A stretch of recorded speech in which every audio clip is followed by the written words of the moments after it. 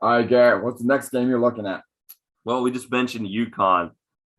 They are actually we just mentioned UConn and UMass just played Toledo is what it was. I didn't mention them specifically, but we just mentioned UConn who played Wyoming.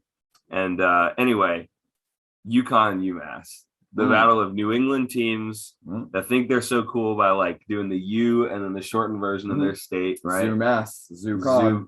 Zoo, is that really what it is? UMass is what they say in UMass, yeah.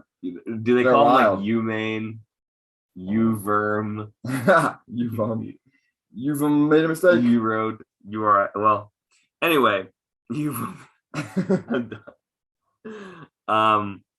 and UMass, both teams that I literally just told Max suck. Maybe should go to FCS. Both of them. Yeah. I think it's kind of a better fit for them. Being an independent, terrible team, like an independent, like not Notre Dame, not BYU. Like BYU, not Army, like just independent, terrible team at the FBS level is a really hard thing to do, really hard thing to schedule. Them and New Mexico State are like the three, I think they should just end the misery and drop down to FCS for their own sake.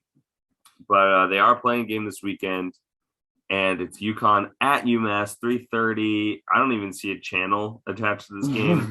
So I'll look it up while you're giving your announcement. But I think it's finally UConn's time. They're a 3-point favorite. Yeah. But unlike UMass, they've really been in some games this year. They the last two games, especially a heartbreaking loss at Vanderbilt, which how embarrassing is that for an SEC team?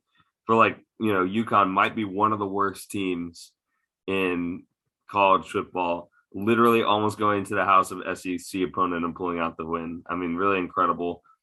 And then they hosted Wyoming, who's another undefeated team, and just lost by 2. They also did lose to Holy Cross early in the year. That was a 10-point game. They probably shouldn't have lost that one. That was pretty bad. They should not have. Did you know that UConn's playing at Clemson this year? Nope, did not know that. Well, if Clemson loses that one, I'm going to be astounded. Yes. Say about that. Tickets as low as $10 to that one if you want to go to it. No, especially. Anyway, I do think it's UConn's time. If you take a look at UMass's results, they're that much worse. Their best result was a 17-point loss. They hosted Boston College. Back in early September. Really not a bad loss considering they're 39-point dogs. I mean, it kind of sticks out like a sore thumb. BC is 4-1 this year.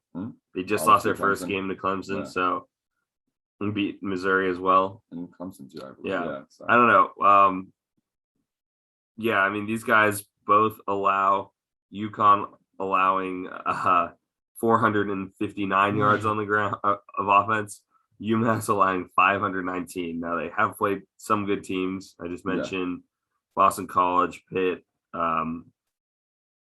Army, I guess Purdue. I don't know. Yeah. But their total yards per game in total fashion is in total UConn UMass fashion 270.2 to 270.0 in favor of UConn. So offensively, these it's like teams, a marathon. That last 0.2 really matters. Correct. So offensively, these teams look pretty similar. I think I don't know. I just think it's UConn's time. They've been really right on the doorstep. ESPN matchup predictor doesn't agree with me, but I don't give a crap about that. Yeah. Go Huskies. The more you're talking to, Garrett, the more I kind of did actually like UMass. I think just looking at the strength of schedule, they just have played better teams. I think that's going to come down.